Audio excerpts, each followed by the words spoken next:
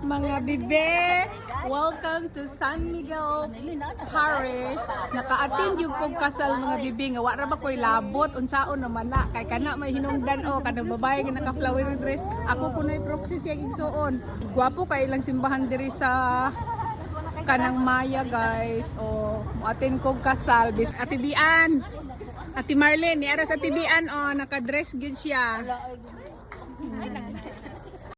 Tara guys, manunod na kay Kaslunon na ana sigurong Kaslunon niabot naman tingali na sa sulod.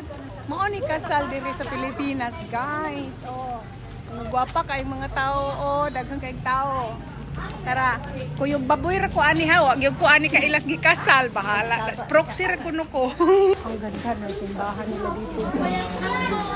Ang gaganda ng mga bridesmaids. Welcome to San Miguel Parish, dito sa Cebu. Nindot ilang simbahan guys.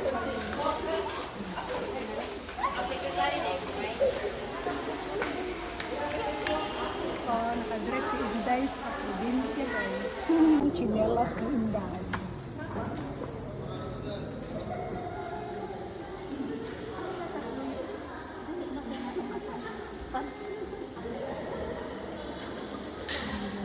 Kanilang mga pabulak-bulak guys.